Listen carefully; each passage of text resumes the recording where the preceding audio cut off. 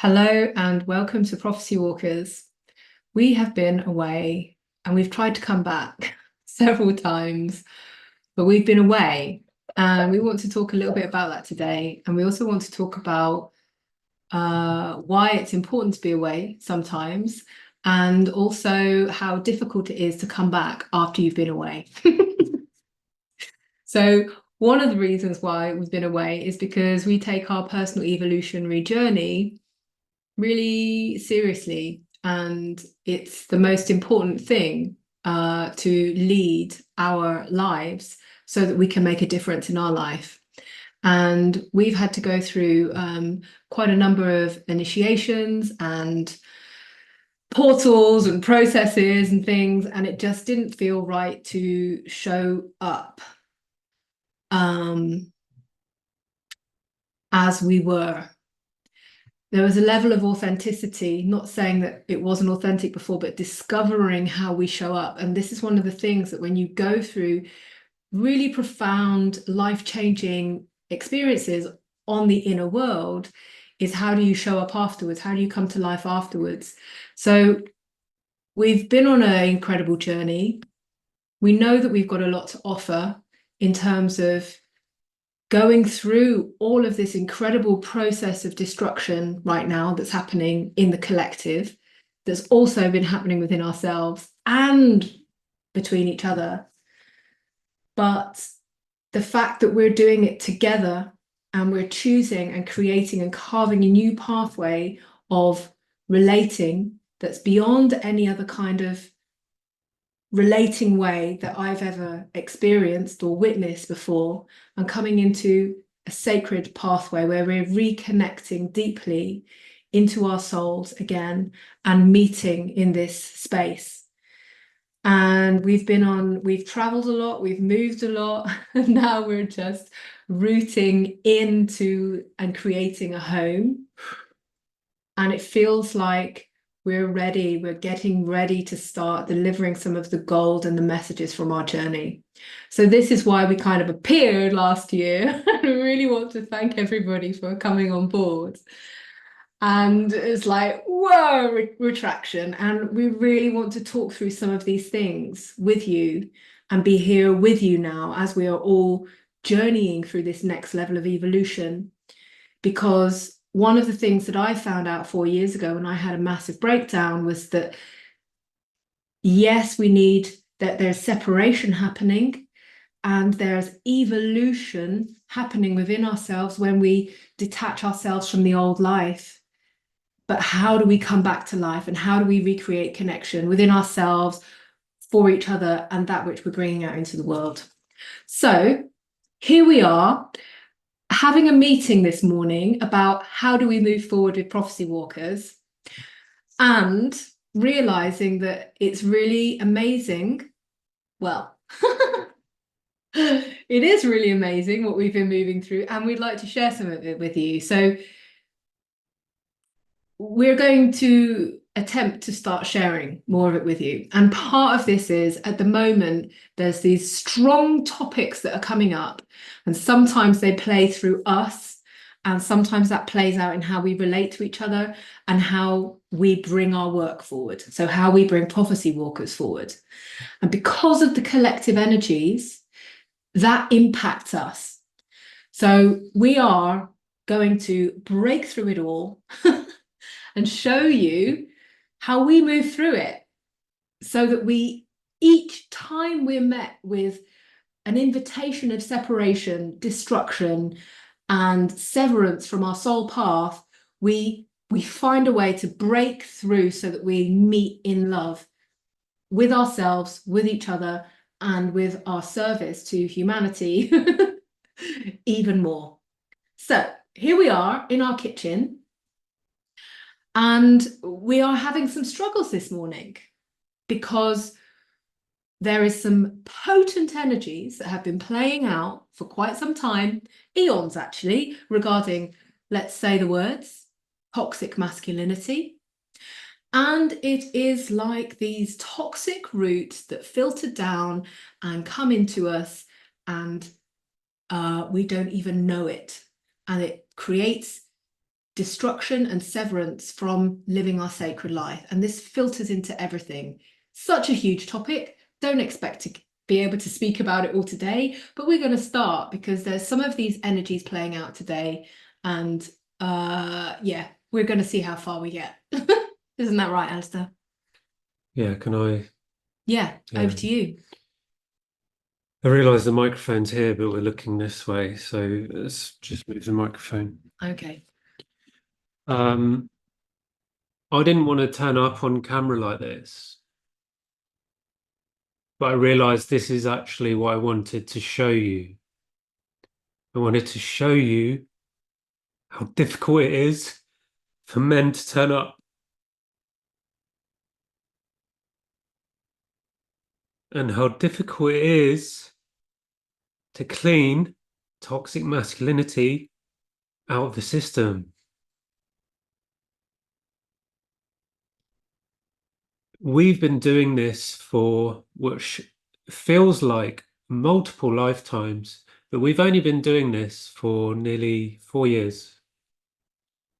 And in those 4 years, we have achieved and quantum leaped our consciousness beyond the fifth dimension, which people talk about.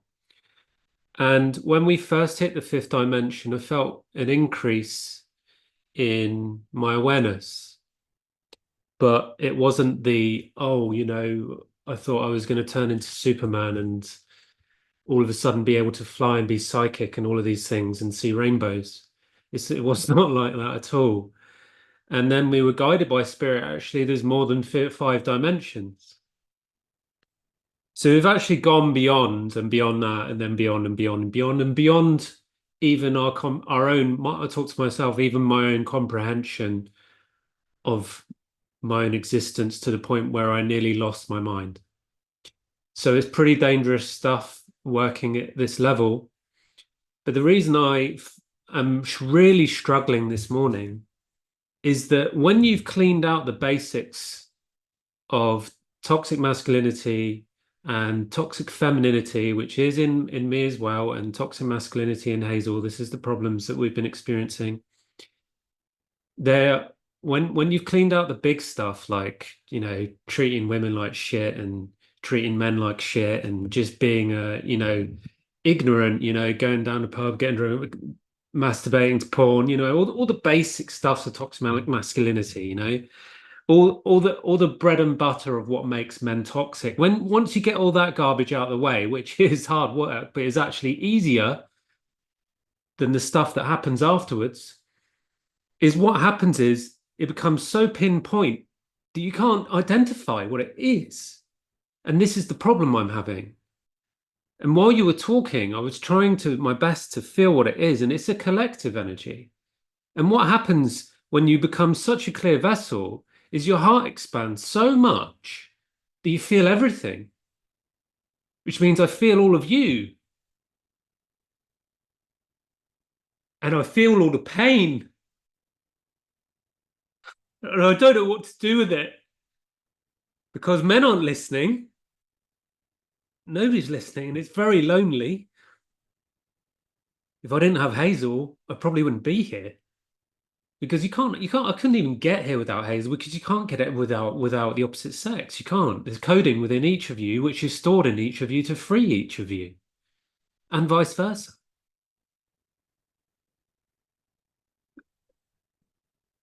So it's been really difficult in this year of mastery, which we're in, to understand how do you deal with the invisible energies of toxic behavior. And we've been going through the feminine toxicities, the masculine toxicities, the father, the mother, all the archetypes. And the more you clean, the more you can feel it in its purity. But with purity comes every single part of you. Because we are human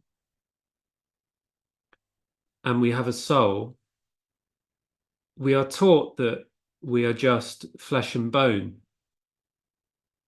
but we are so much more than that. And that's why consciousness expansion has to happen slowly, because it's so dangerous when you finally understand what you are. Not just who you are, but what you are. And because we are multidimensional and we are made up of multiple beings, it's very difficult when you have a blockage to understand where that comes from. So you have to invite it through. And the only way you can do that is by talking, communicating, feeling, expressing the soul in life. But sometimes expressing yourself is too difficult. And we're caught by these old energies of fear, depression, um, difficult energies like suicidal thoughts, all these tricks of the ego. Suicide isn't about physical death, it's about spiritual death. But it pushes you so hard. It's like, express me, express me, express me. I want to die, I want to die, I want to live, I want to live. It's one of the two. Do you want to die or do you want to live? And it's finding that expression, but sometimes that part of you is so alien that you're like, how do I express this? And sometimes I have to speak in words that don't even make any sense. Sometimes I have to move in ways that don't make sense. Sometimes I embody animals just so I can express that out of me. This is how difficult it gets when you get rid of all the basic stuff of patriarchy and matriarchy and all the shit in between. But the most difficult part is not being heard.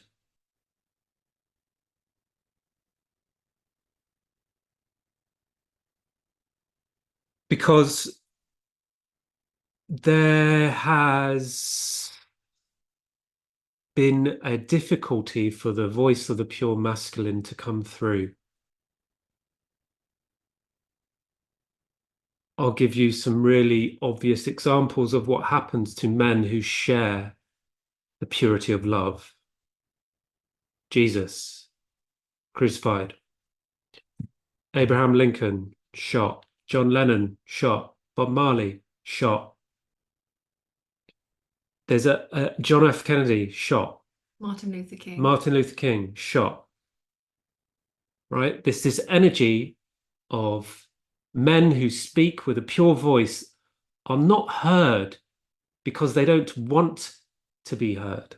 They don't want to be listened. These words that come from the pure masculine, they don't want to be heard because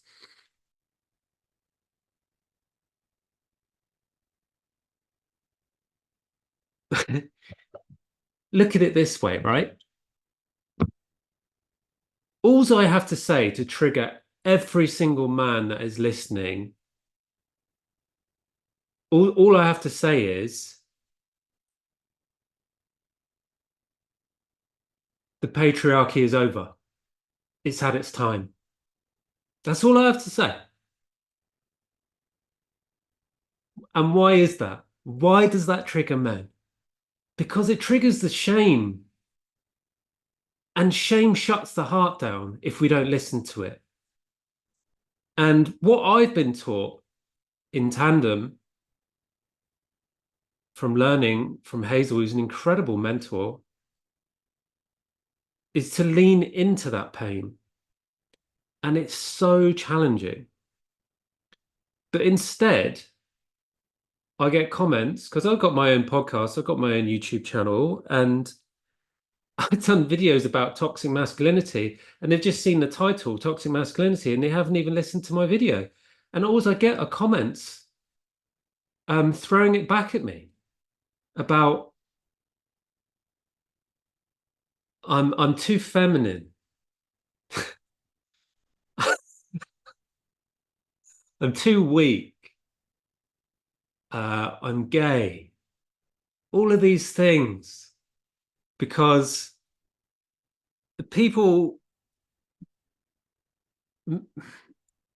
men, it's not their fault. It's not our fault. right? There is no blame. There is no blaming and shaming. It's about it's about making the unconscious conscious through the awareness of the heart, not the mind. Men are taught to spend too much time in logic and mind, and logic is just a form of control. It's a form of knowing that you know everything, but being so afraid of your existence and knowing who you are that you grab onto a small amount of knowing. And that is called science, to prove what you don't know when you know everything, because you are everything. And this is where it gets a bit loopy. If you don't do the slow, if you don't take the slow journey of integration, you have to take the journey. But as a man, I can speak from experience, and Hazel witnessing me. I wanted to know, I wanted to ask, always asking questions. Why this? Why this? You know, I want to know the question. I want to know the answers before I jump in. But you can't. You have to you have to walk through into the unknown. And this is what's happening. The old patriarchy is falling apart. It's dying. The wheels have come off. There's nobody on the train anymore. It's already happened. You just don't know it yet. What's coming is going to be very difficult for the collective.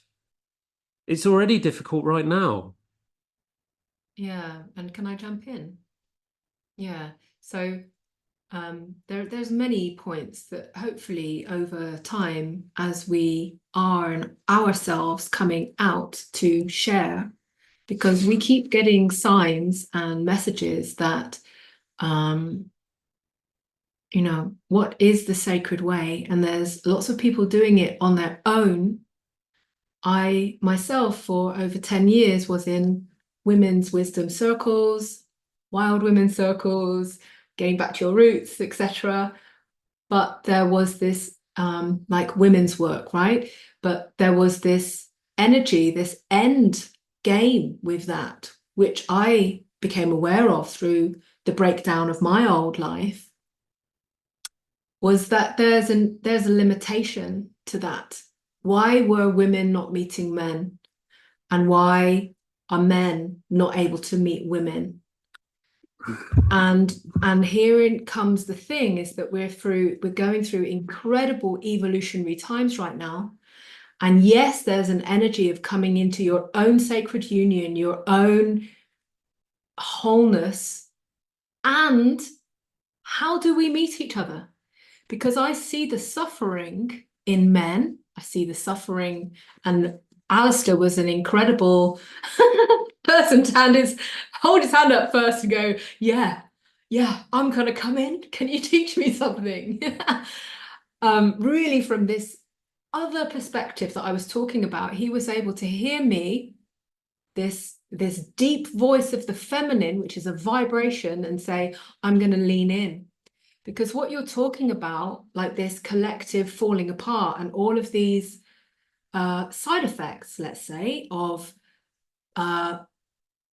believing that we are something other than we are, which can come across in multiple different psychological or physical distorted manifestations, let's say, because we're all trying to find our path. And we're trying to find this path through our suffering, and to break through from the societal conditions that have been told us that we're something that we're not. So one of the things in which you're talking about is, how do you break through? How do you break through? And the primary thing that I said was, you need to come to your emotions. You need to surrender to the feminine. And we spoke about this in one of our first videos that we started putting out, was this deep surrender into the energy of water and emotions and feeling everything. But the problem is the toxic masculine is so afraid to do that, because of the deep wounding and the energy of separation itself, to believe that you are gonna, die. You don't, like we always say, like, dying and transformation is never ever, ever about leaving your body. It's always about the ego death. And it is the ego that puts up the resistance. And this is why one of the really big challenges between men and women's work is that everything is opposite, even in the spiritual communities. And it first became through ceremony, it became very aware to me that the way in for this connection is through the energy of emotions and going into the water, diving into the deep. And this is what the toxic masculinity is not prepared to do. It's not prepared to cleanse, not prepared to touch the emotions like you have been. It's more, it's so much more than that. Well, I know, but it's, it's I haven't difficult to put in words. Finished. Yeah, that's all right.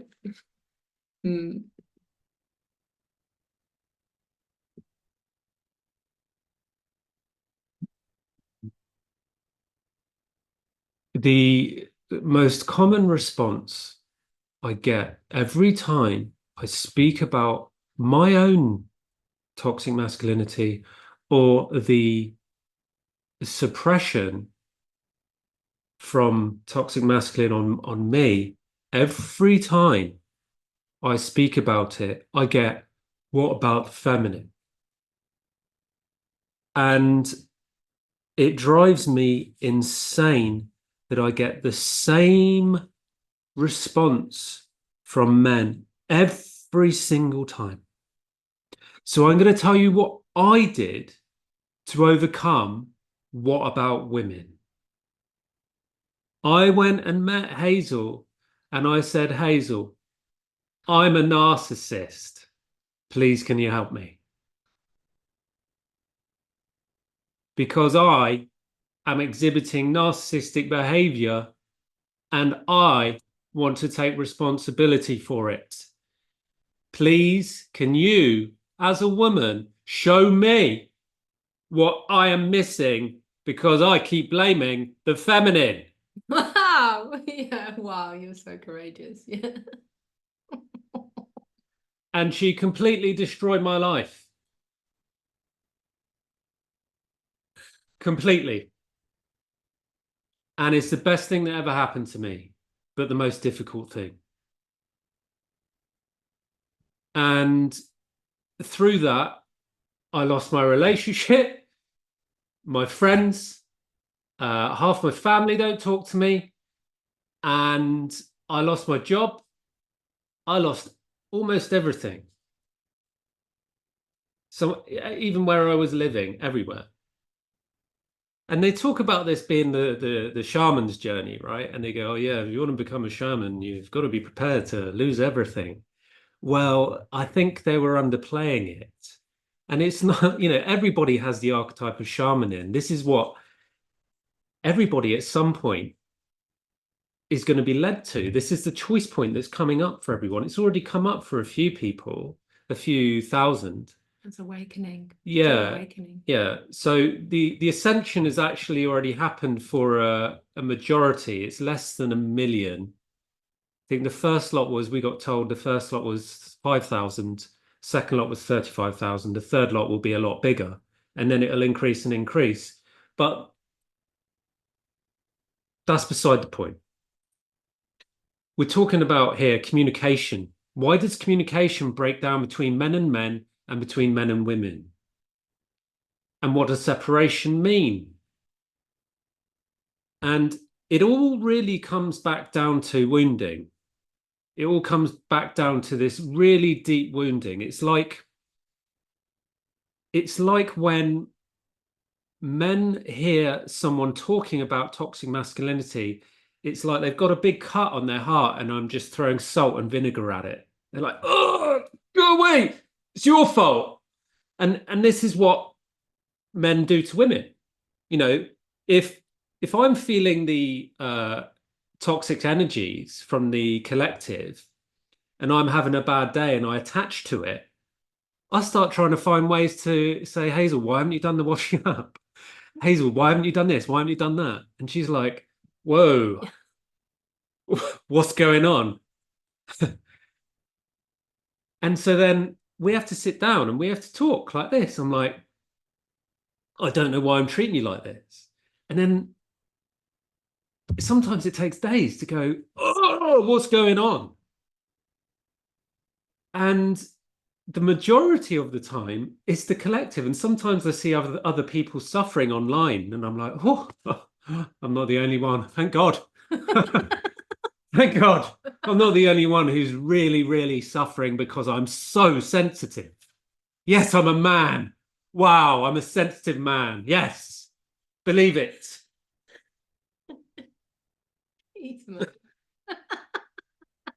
I know there aren't many, but there will be more.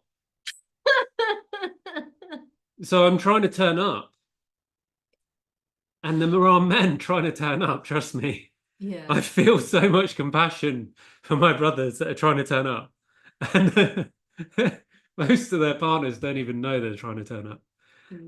And, this is where, women aren't perfect. We know that. But they do a really good job of holding the light, better than men do. And that's for one reason. I'm not putting down the masculine. I'm pointing out the precise personification of truth.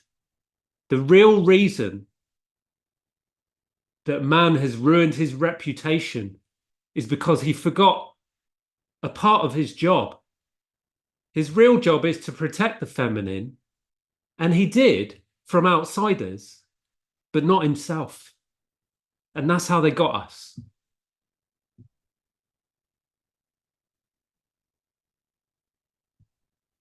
So this translates, thank you, Alistair. Yeah. So this translates to the toxic relating that happens between man and woman behind closed doors. Yeah. And if we talk about our past,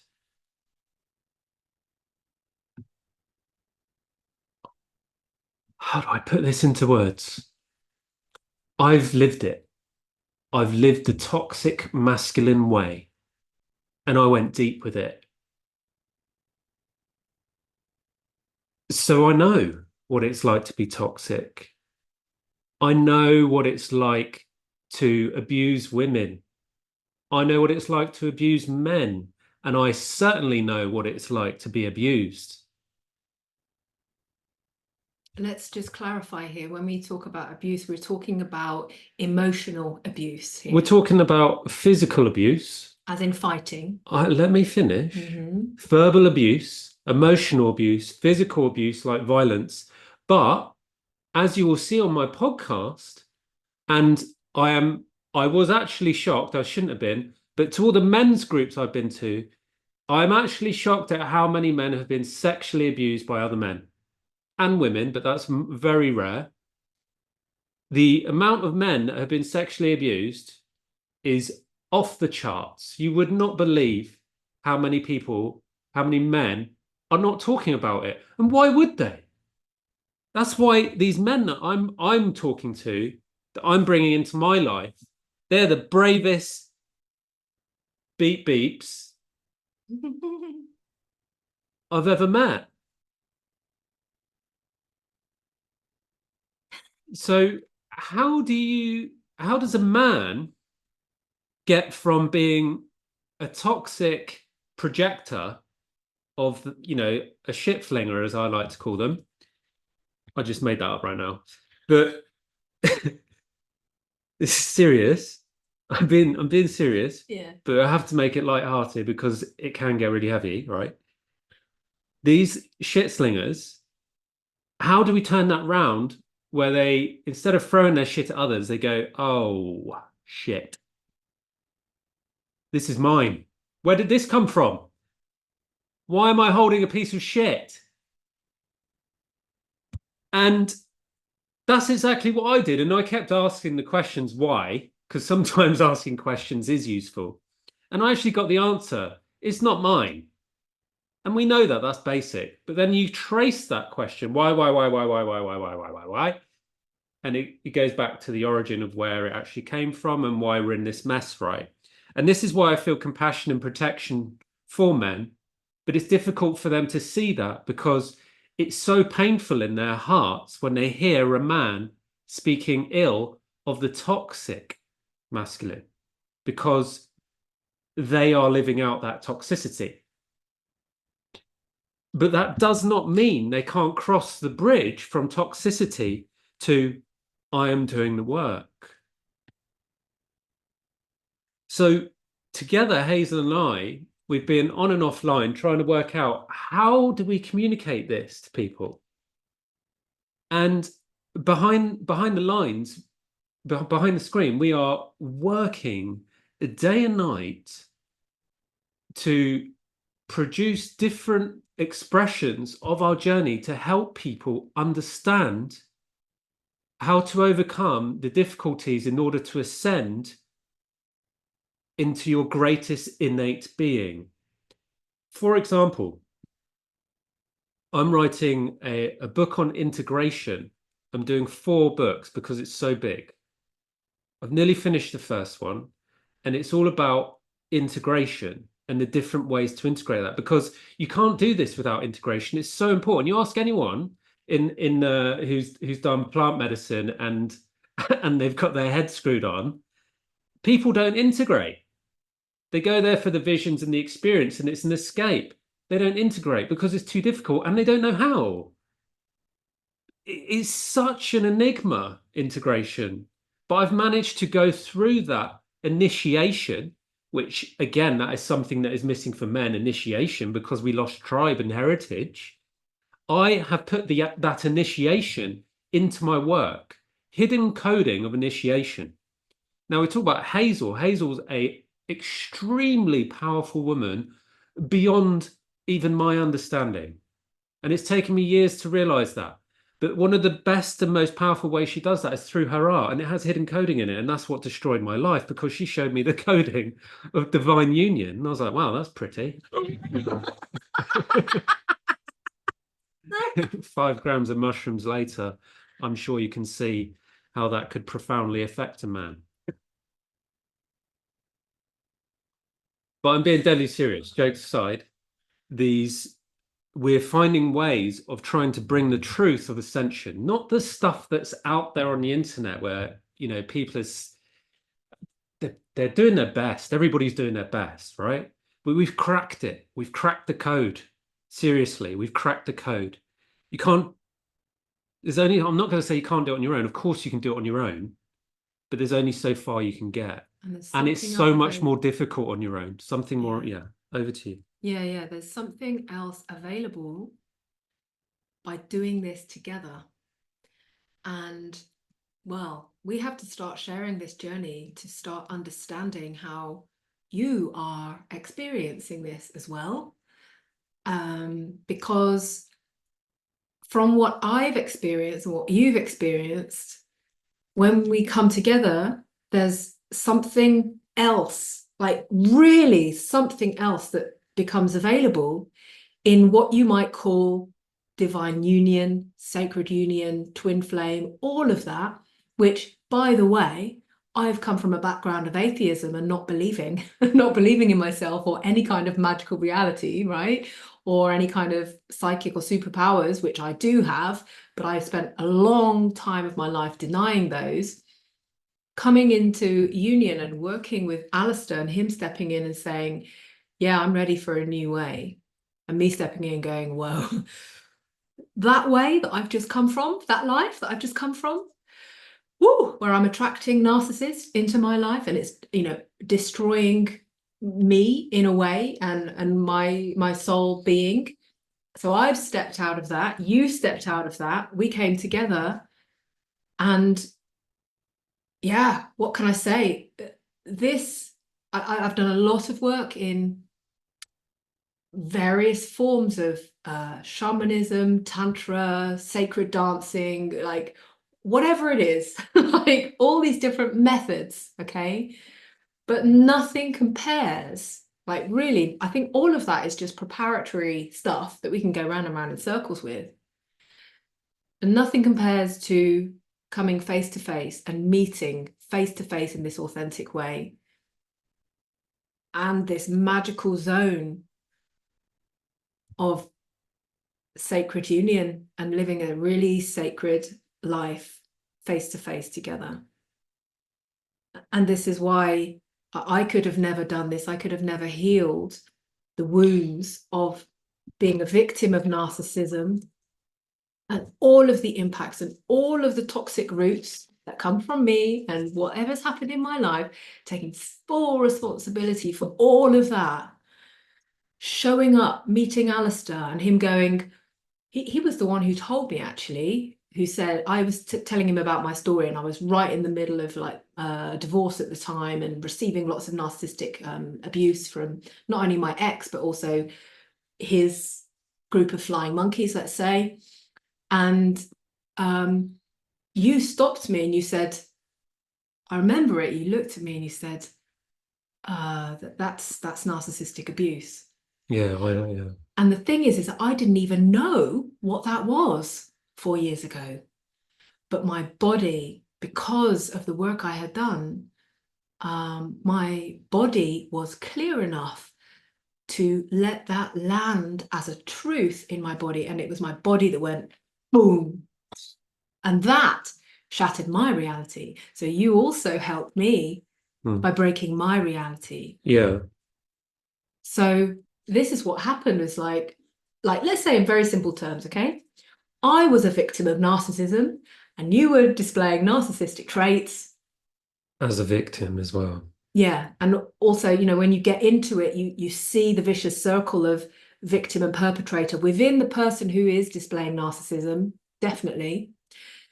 And vice versa, and all of that, of which we've both been working through. But from the first level, you're saying, okay, you're narcissistic, I'm the victim of narcissism. It's like we sat across the table like this now. It's like, oh, because Yeah. my instinct was, you're telling me that I'm a victim of narcissism. You're saying that you want to heal your narcissistic behavior. And I'm going, holy moly, I'm sitting opposite a narcissist. Like, that's my first reaction. But there was something in me which said, this is never going to happen to me ever again, because it was so toxic. It was so destroying on every level, like full narcissistic breakdown. That's what was going through me. And I sat opposite Alistair, and because of what happened, and he said, I want to heal that part in me. I knew that I had to lean in towards that pain, because he was going to give me the answers from somebody who was willing to step forward and say, I can't get any further. My behavior is like this. Yeah. Can we help each other? Yeah. And that's how our journey kind of began. Yeah, I would like to expose myself to help you understand the struggle of being a toxic man. When I was with my ex-partner, we had just broken up, but we were still on and off. And I used to have narcissistic rage outbursts. I would come home and just lose my shit for no reason. Well, there was obviously a reason, but it wasn't her fault. I'd just come home. And these outbursts got worse and worse and worse because they were pushing me towards something. And sometimes I would just break down on my knees in tears and saying, I can't control this. I don't know why I'm speaking to you like this. I'm sorry. These like moments of clarity where I was just losing it and I had no idea why. And it's that admission that helped me escape toxic masculinity. It's like, I'm treating you like shit and I don't know why.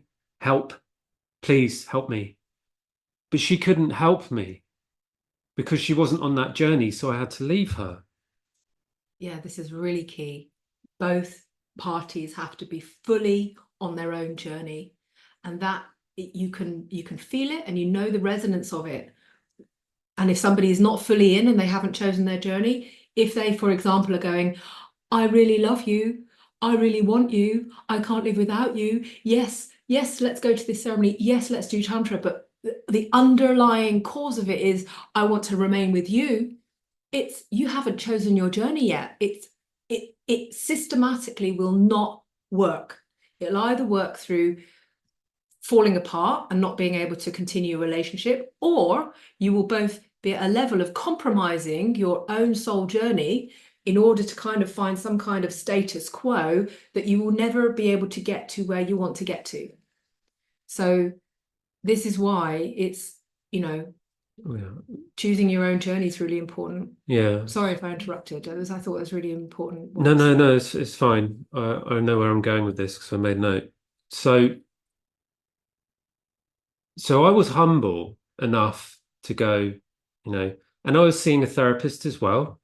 So I was getting the help I needed. But even my therapist, it took me to a stage where I was like, you're not telling me everything.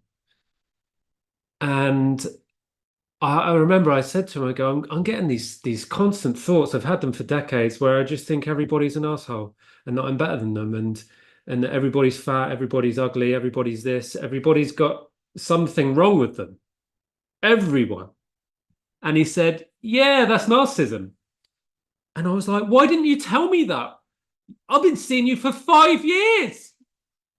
Why didn't you tell me that years ago? I was so angry, wasted so much time.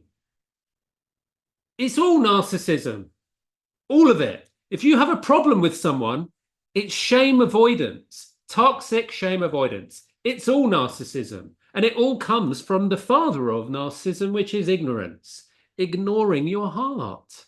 Toxic patriarchy.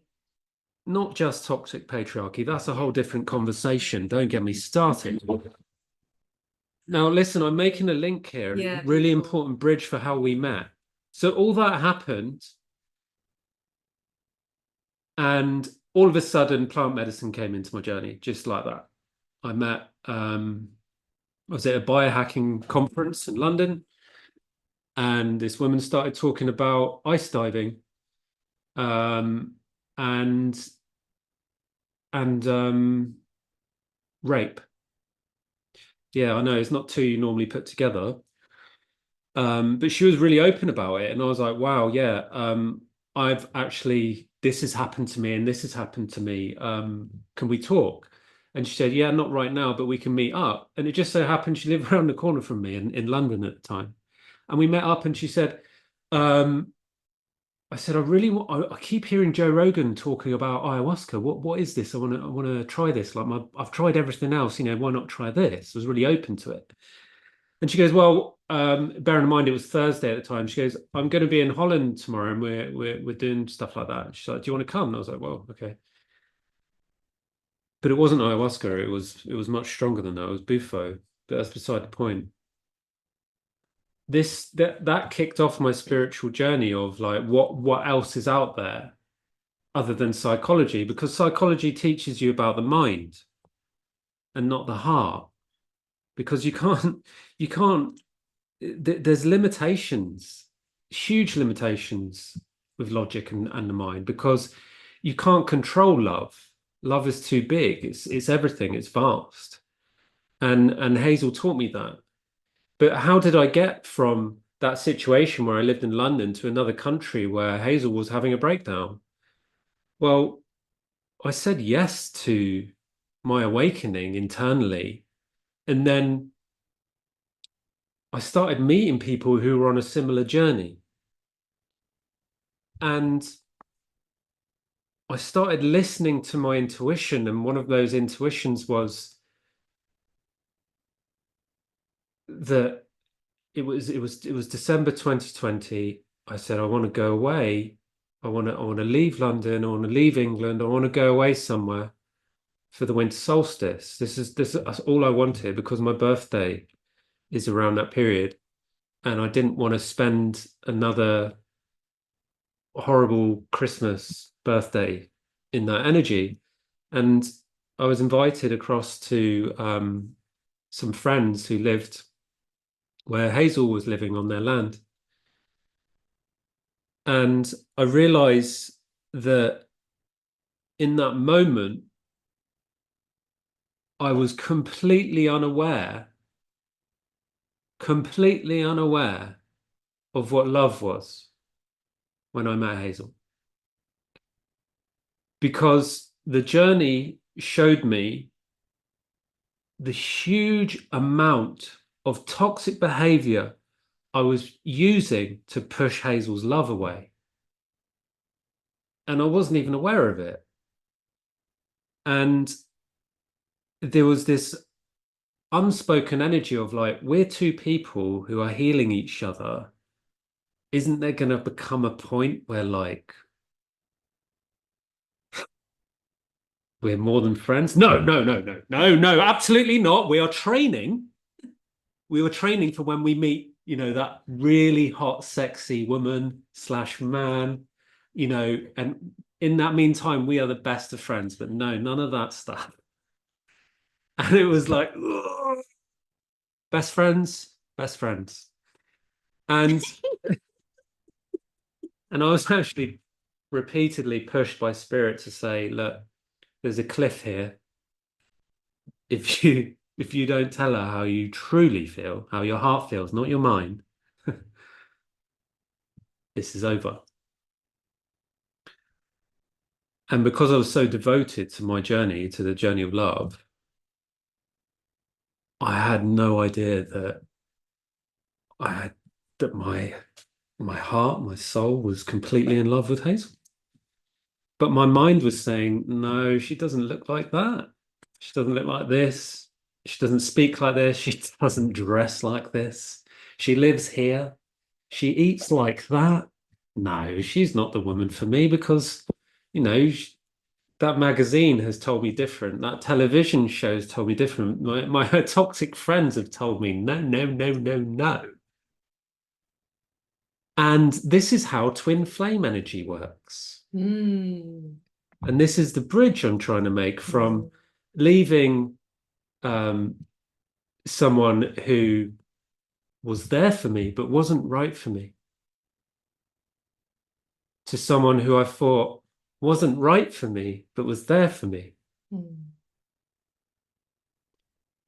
And we've experienced this in couples is that the man or the woman, and it's normally the woman who is there first because women are naturally more evolved to the energy of love, and that's another story. But because because because of how we're shown what a woman is and how a man is, men have ruined their reputation and women have ruined their image. This is the journey that we found. Like, what is it about the masculine that's so wounded, and in the woman, in the eyes of a woman, and what is it that's so wounded about the feminine that is in the eyes of the masculine?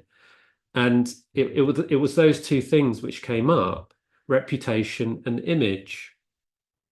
And it works, collectively. Like, women won't listen to men because of their reputation of saying the wrong things.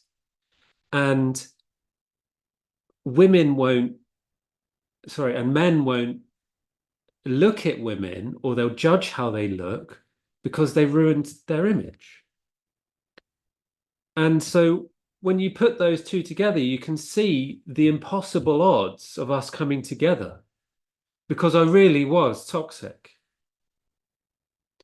But there was something in me that just kept going with it because I just didn't want to go back because I knew I'd die. There is no way back now. And this is why the collective energy is so toxic at the moment. I even said this in a group of men. I said, this has been the most difficult August I have ever experienced. And one man responded saying, I don't think it has been. I've seen plenty of men do great. Just turn on the news and see that woman in France who's been raped by 51 men, the Ugandan athlete who was burned to death by her boyfriend. Just go back through all the articles of August and look at how men have just been completely destroying the feminine. How many women were stabbed in August in the news by men? A young 11-year-old girl and her mother were stabbed in London in the middle, in broad daylight. The shootings, the number of shootings in America, the school shootings and the massacres, they're men, right? And I'm not blaming men. It's this deep hidden programming that is used to sabotage and control them through many different means. And I had to get all of those means out of me. And I'm telling you, it's vicious.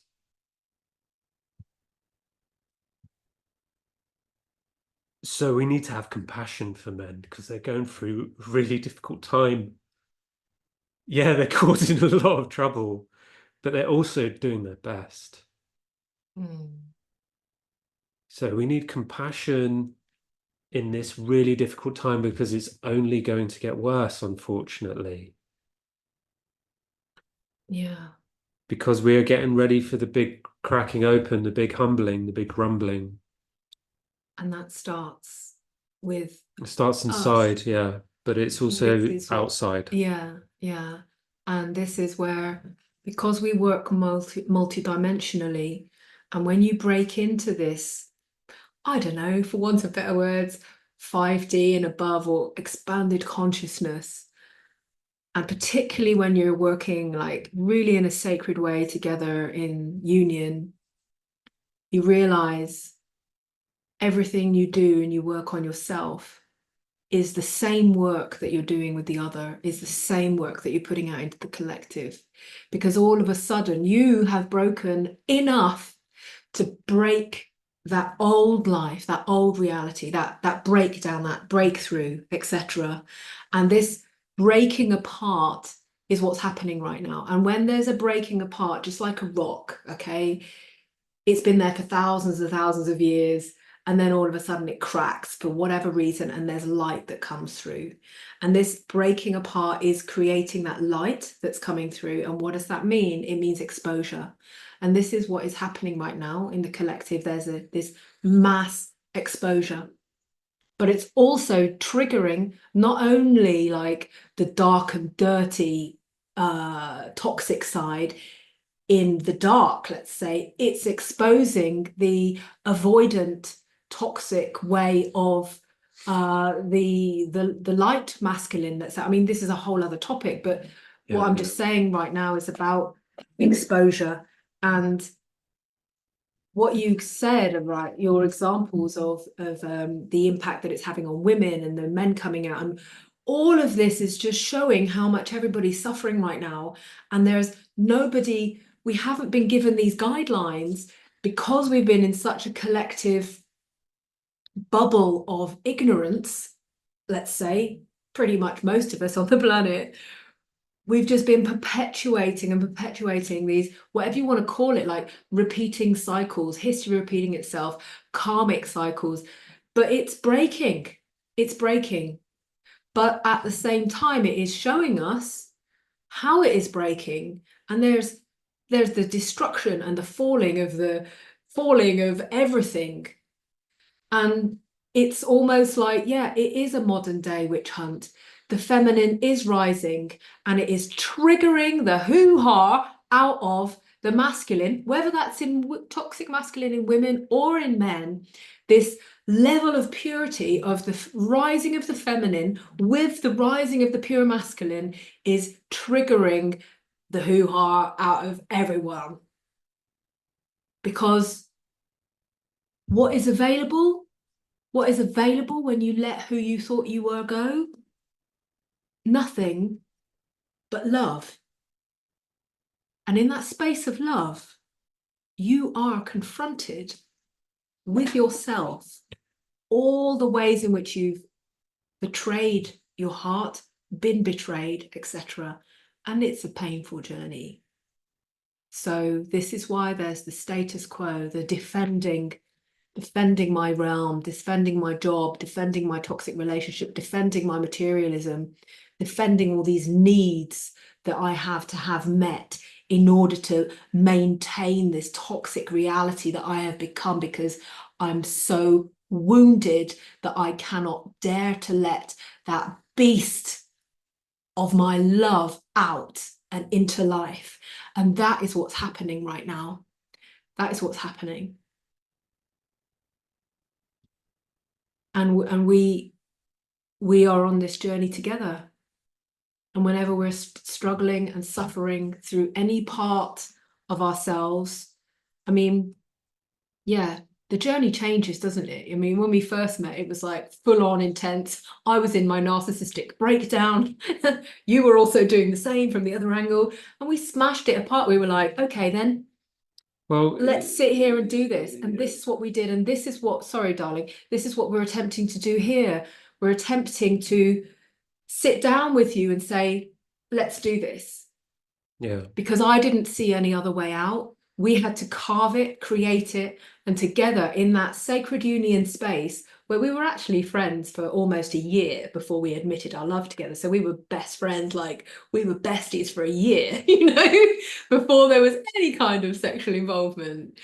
It's like sitting there and coming to the table as man, as woman, and laying it out. And this is what we're doing here with you.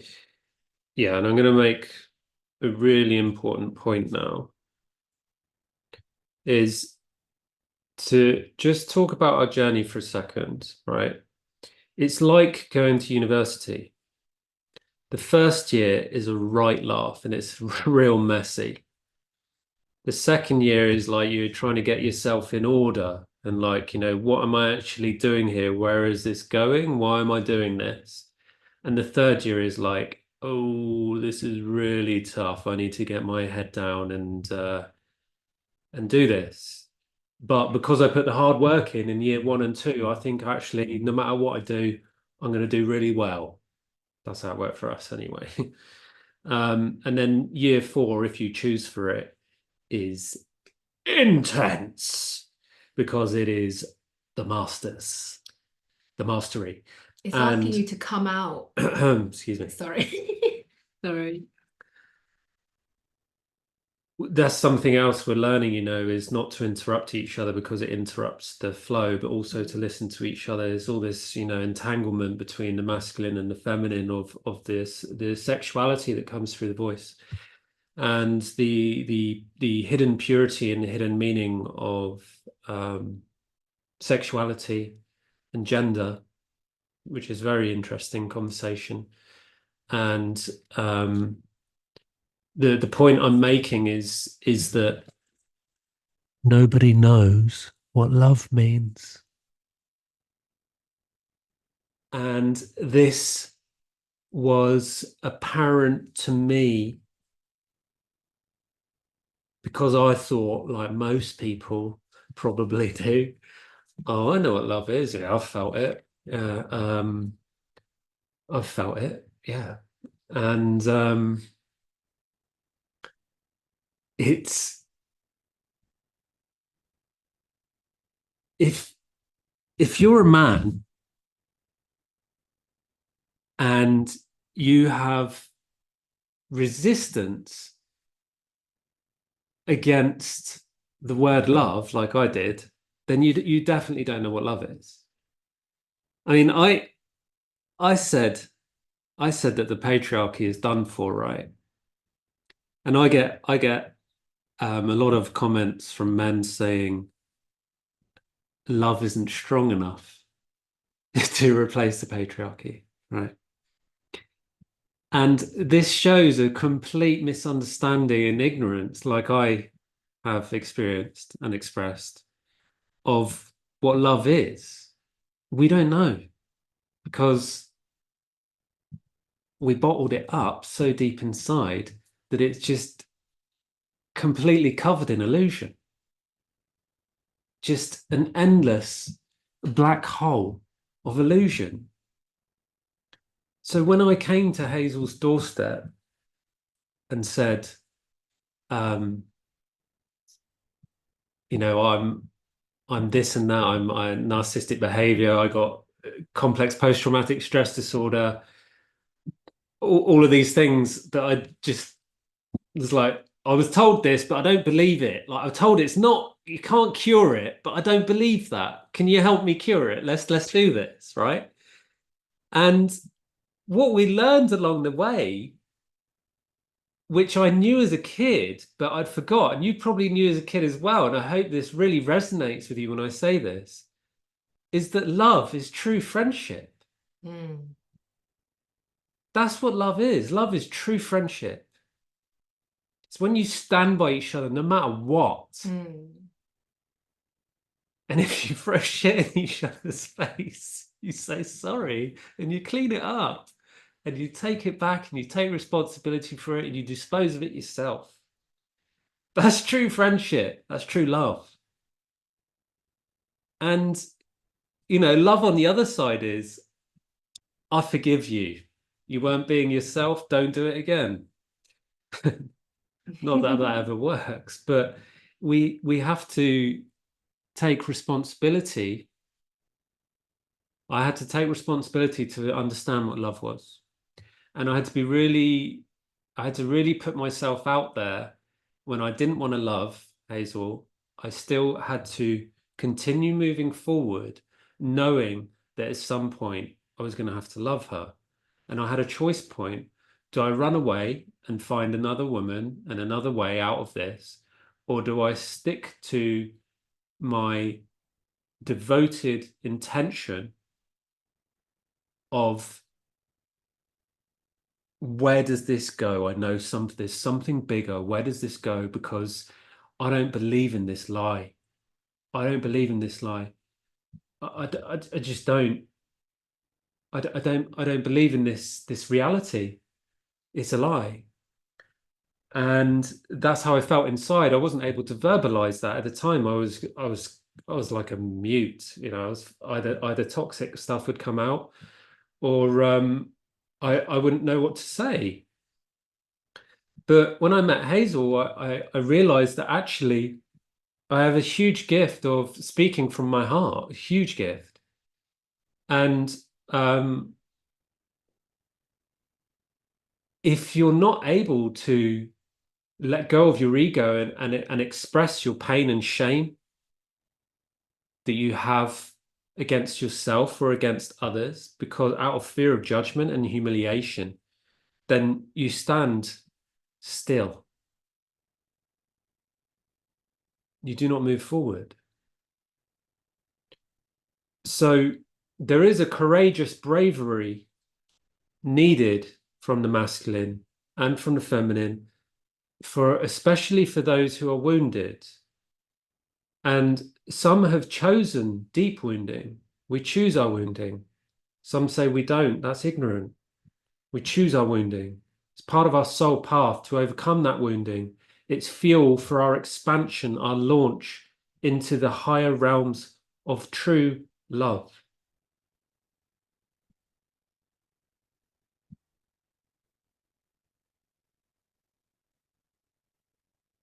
And between Hazel and I, we had a lot of fuel. And we Mm. haven't even hit the ignition button yet. But we've Mm. fired off a few rockets already. And we're doing great. I have to say we're doing really well. Mm. But it's really tough because I speak for myself. I wasn't taught how to do this.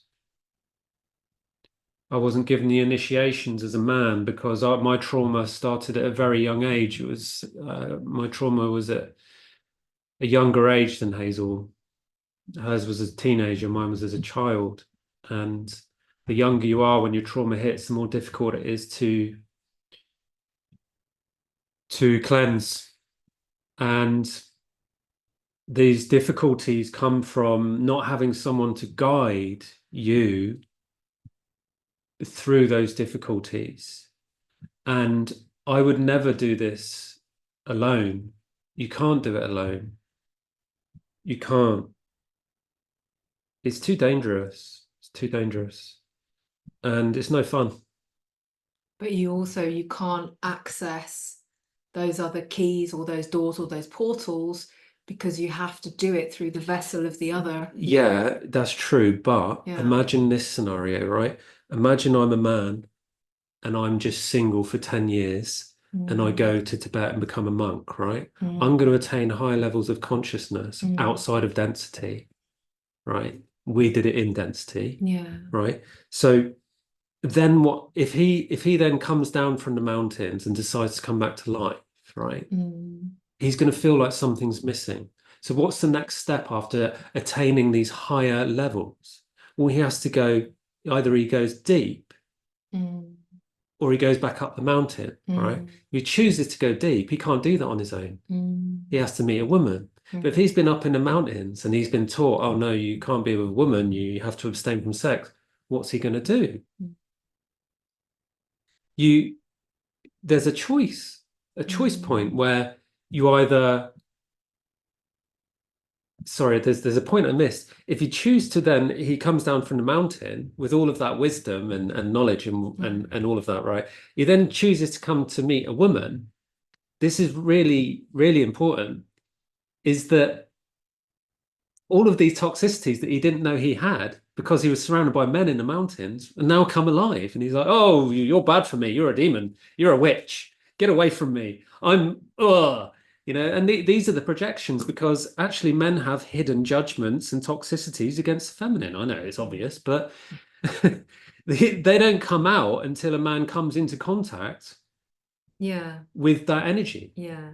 And the opposite way round, this is why Exactly. Yeah, this is why exactly. in women's circles there's so much work that we do on our own, and we're like, great, yeah. I'm like, I've got, I've got rid of the good girl in me, and I'm now the raw, wild, amazing, powerful woman. I'm empowered.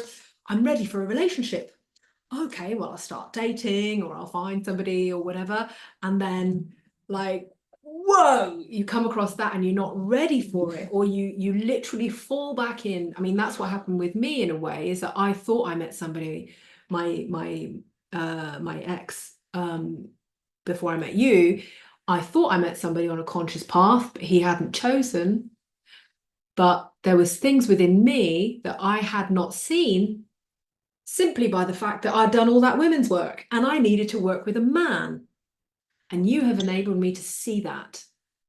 And it takes an enormous amount of courage to continually sit opposite each other and to continue to oscillate in order to create this cleansing of, I see this in you, this is in me, I see this in me, this is in you, and to create this cleansing vortex where we are elevating each other, we are healing together, we are on a wild, amazing journey together of deep integrity and following the path of love. And what does that mean? It doesn't mean any kind of following of any kind of methods at all regarding any kind of, I keep saying it, like any kind of tantra or couples work, or like all of that goes out the window. Yes, it's like in your medicine pouch of experiences, but all of that when you come to this goes out of the window because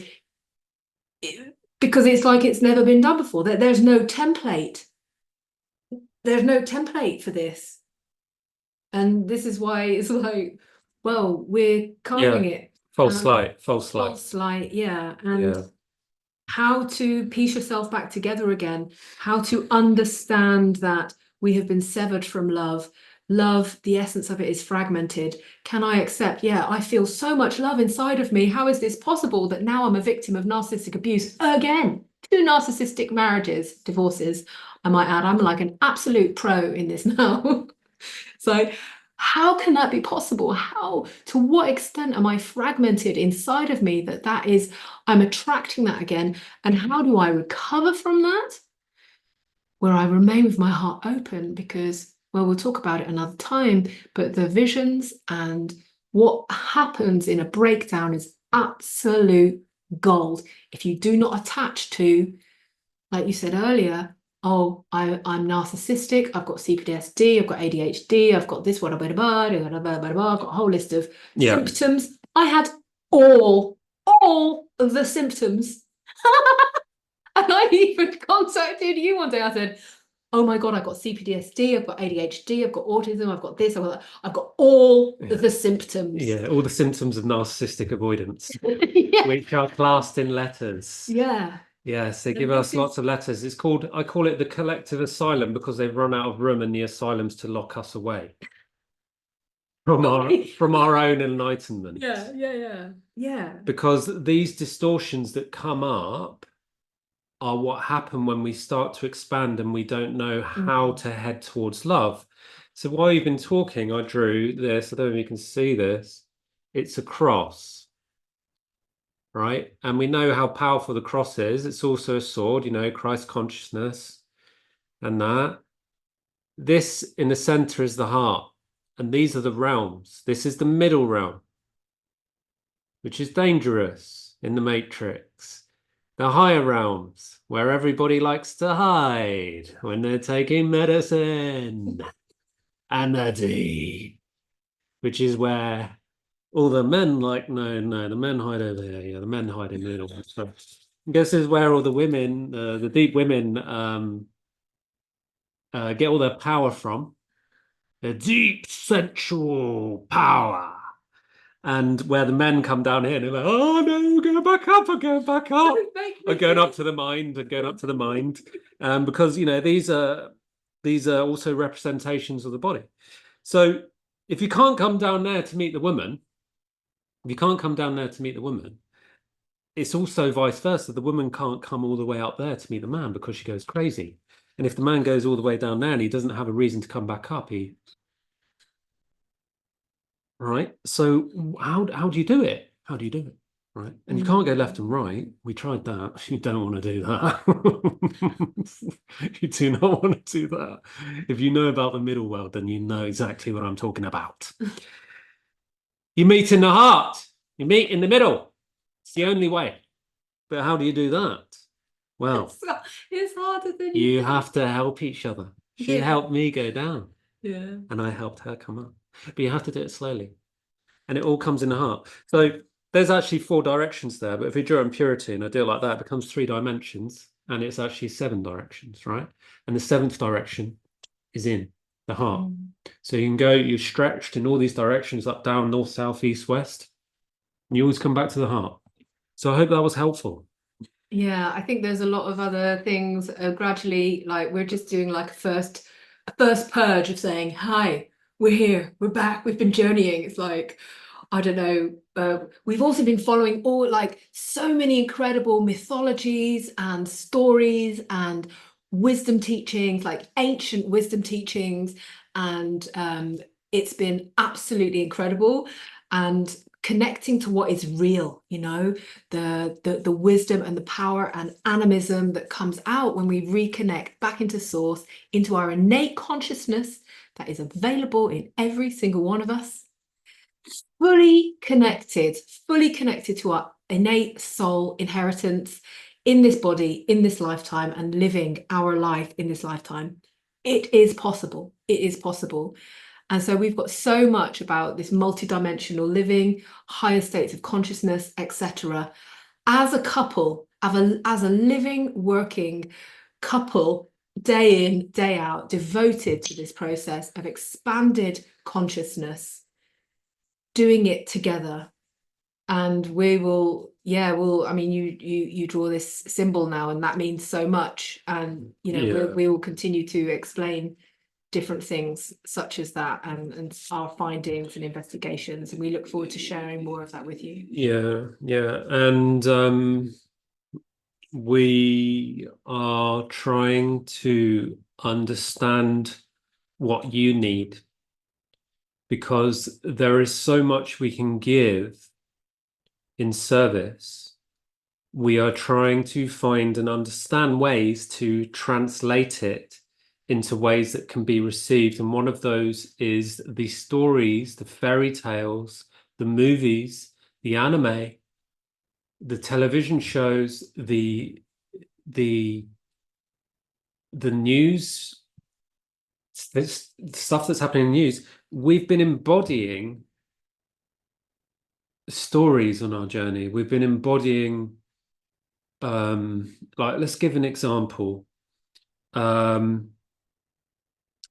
What's a good example? Like, Well, we said about Snow White recently, about the feminine being, like in really simple terms, sleeping, and you having to fight through all of the prickly bushes in order to get to me. Something like that. let's give a recent one. So I embodied the journey of Ulysses, the Odyssey, and I found myself on a ship in the middle of the ocean. And I don't know if you know this, but Ulysses' wife was called Penelope, which for short could be called Penny. And what we understood from the story and my visions is that my boat had a had a woman on the front, and it was carved, and it was Penelope, my wife, because I was trying to get back to her, if you know the story of Ulysses. And she was creating, what's that, sewing? Crochet, No, when they knitting, no on a weaving. weaving. Yeah, she was weaving, 'cause she was an oracle. She was weaving the future, weaving the prophecy of him coming back to her, and that came true. And we were in Scotland, we were in Iona, and she found a penny. And the penny means many different things, but it's not only was it the name and that link to the story of us meeting and me coming back to her, that part of me coming back to her through living that story, that archetype. But it was also about a journey into the deep of Tartarus. Because when you die, you put pennies on the eyes. It's to pay the boatman so that you can cross the is it the swamp of despair? I don't know what it's called, in order to Transform. yeah. But in the story, to be allowed in the deep to speak to the gods for support, access, help. And these are stories, there's so many of them, that when I'm attracted to watch a movie, like even Godzilla and King Kong, I've been embodying that. It's like it's crazy. And they show the power of the masculine, they show the power of the feminine, you show the power of love. All of these things that people are channeling, they don't even know they're doing it. They're putting them into stories. They're guidance, they're way showers. Because a lot of us believe, I did believe, that the stories were lost, but they're not. They're being retold, being retold in fantastic ways. Look at the Matrix, And some of them are the being film The distorted in order Matrix. to manipulate, but there's a lot of pure stories out there. Yeah, but And what's amazing about what you're saying, you have to discern the truth. yeah, and you learn that by getting a clear vessel within yourself, clearing yourself out so you can discern through the vibration of your heart, inner guidance, your intuition, what is the right way to follow. And what I think is amazing about what you're saying is that these stories come alive in you. I mean, before, in ancient ways, we'd sit around a fire and the ancestors would pass the stories on so that people would know in generations to come the wisdom that is passed down from the sacred life. This has been lost, but we can piece it back together again and we can find this again. Part of that is through discerning all of this stories that are out there and realizing, because when we journey through something, for example, watching these things, it's not like, we watch these things and we make dinner and then we have a break and it's like everything that you watch, everything that you absorb, Animism. It's animism, yeah, and it becomes part of you. And if you're conscious enough and clear enough vessel, it starts to work through you. And this is like a very profound way of igniting your intuition. And this is how we work. And we work in tandem together like this. We have our own journeys and we have our joint journeys. And this is about living the sacred life together. And it's so profound. It's so beautiful. And it's really like awakening the lost indigenous within us. It's almost like we're coming together as a tribe again. Yeah. From the purity of our own heritage. And at the moment, that's so fragmented. But these stories, when you can recognize the resonance of truth, which is through love, you can start to piece yourself back again. And I always say with the women in particular that I hold groups with and through my work, through my oracle work, is your story matters. Your life is your own masterpiece. And this is what is incredible, because you don't just, it's not about idolizing who is in a movie and the stories that are there and, hey, I want to be like a princess. It's not like that at all. It's recognizing how the archetypes live within you, and the power of the hero's journey lies within you. This is your soul journey, and this is the journey that you are on. And recognizing I need my soul alive in my heart so I can navigate this life, because this life is sacred and I'm intrinsically connected to everything there. And this is how we work, this is how we live. And then your life becomes a ceremony in itself. Truly, it really does. So this is some of the wisdom that we want to share with you piece by piece. It's enormous. It's like sharing the Akashic records with you. Yeah, it's infinite. But we're going to try and do this through. So let's say we're going to try and do this. We will do this like we have done today. We're taking a topic like toxic masculinity, and we're not going to give you bullet points of how to recognize it and how to heal it. We go beyond, and through listening to us, you are receiving a transmission already to help you cross over to those places where you've never been able to touch before, and come to a greater sense of reality within yourself.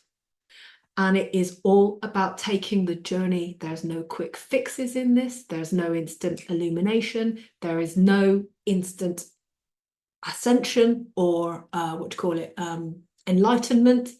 There is, do you dare to be humble enough to know that something's not working in your life, and to take the journey to really, truly investigate what that is,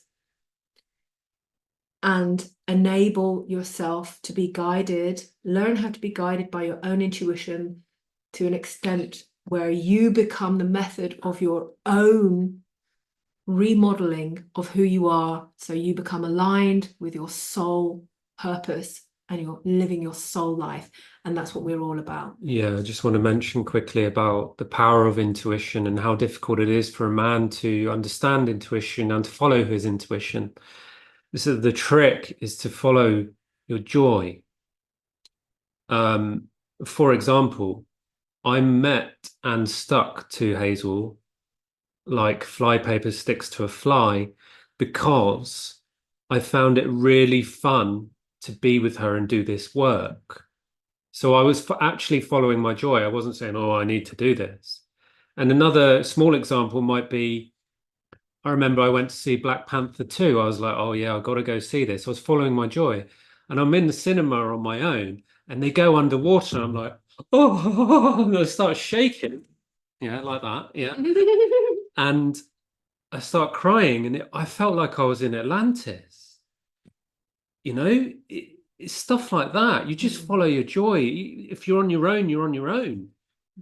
And then I can come out of the cinema and go, oh, you'll never believe what happened, Hazel. You know, because Hazel doesn't like superhero movies and all that stuff. But I do, and that's my journey, and I can share that. And you know, I've embodied like all the anime, you know, like Naruto, Hunter x Hunter, and you know all these famous animes that men will watch, which women won't have a clue about in general. Not all of them, but you know. And there's really powerful lessons in animation. Really powerful lessons. And there's always an edge with everything. It's like you're saying, okay, I embodied that, but actually what it's saying is, it's not like, you know, you see people, they watch so much violence on television and then they go and role play it out in society. That's not embodying that. Embodying the pure essence of these It's initiation.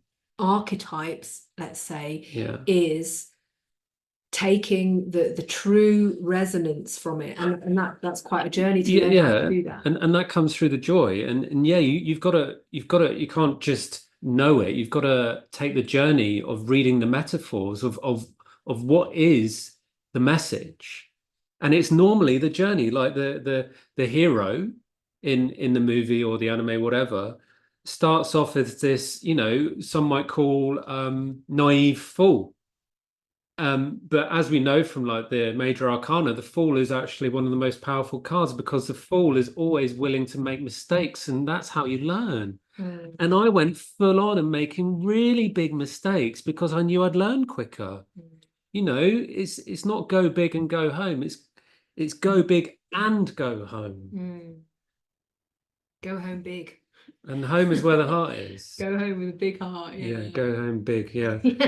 And yeah, it is about translating the message and what that means. And normally for a man, all the stuff I'm watching is about overcoming obstacles so you can achieve your dreams.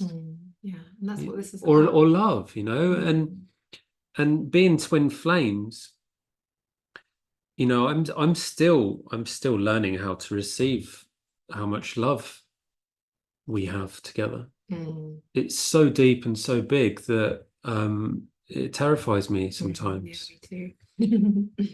And that's true twin flame magic because when two flames come together, they shine so bright that well, first of all, you blow yourself away. yeah, exactly. And you go, Yeah. Sometimes we just like mind goes blank and just can't say anything because you just get love just blows you away. It does, yeah. Oh, yeah. Hazel's like a tidal wave. Anyway, yeah, so let's wrap this up for now. First of all, I would like to honor you for sitting at the table whilst we were having a challenging meeting, and I said, right, we're getting the camera out. yeah, and I was like, and I'm like, just keep setting up the camera. We're going to do this on screen. We're going to make it happen. And we're going to come into service. Get big, beyond whatever little ego was playing out. Yeah. So thank you for showing up and thank you for being here. Yeah, I'd like to honor you. Thank you for putting up with my shit. You do it more often than I would like for you to do it. And I'm still learning to be the person that I know I am. I'm still learning to be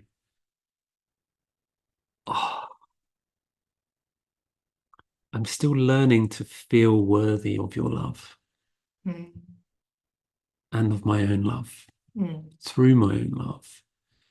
And I know that's a big illusion that I'm trying to overcome because I'm actually scared of my own power, my own love. And you're such a great mentor for me because you do it, you make it look effortless.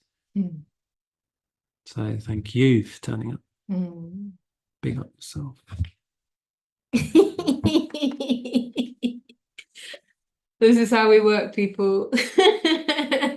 This is how we work. Every conversation is a journey, an opportunity for conscious expansion, an opportunity for connecting more in deeper ways, an opportunity to find a way to loving ourselves and each other better and more. So check out the links below. We have a few things on offer at the moment, but we've got a lot more things on offer in the pipeline that we are really hoping to get out to you as soon as we can, so that we can build a community of like-minded people who are daring enough to take the journey to really discover what true unity consciousness is, expanded consciousness, so that we can come together in greater ways. and all in our own ways live our soul paths, our soul expression. Whether you're single or together or whatever part of your journey you're on, there's a place for everybody. And through love, we can tap into greater realities of discovering what each individual journey is about. So thank you for joining us. And we really, really look forward to you joining us again. Please share with your friends this evolutionary work, like groundbreaking, like carving a freaking path through the wilderness. Let's do it together. And support us. We really, really appreciate it. Like and subscribe. I know that's really boring to say that. Yeah, it is really boring. I would rather say, can you please interact with us? We find it really challenging to get people to interact. Be nice if people interact with their experience, their questions, and we will be setting up some ways to fund us, because we're running out of money because we do this for a living, and we're trying to get our products out there. So it's really challenging to be giving up everything and living from our savings because we're that devoted. So yeah, there you go. So please support us, make donations. That would be really great so that we can make these happen. And let's continue evolving together. Yeah, namaste. And we are doing our best to show up for ourselves more regularly. And therefore creating consistency and more so that we can show up for you more in service, and to create this community together. So lots of love, and I hope you've enjoyed this journey with us today, and see you again soon. Yeah, thank you. Bye-bye. Yeah.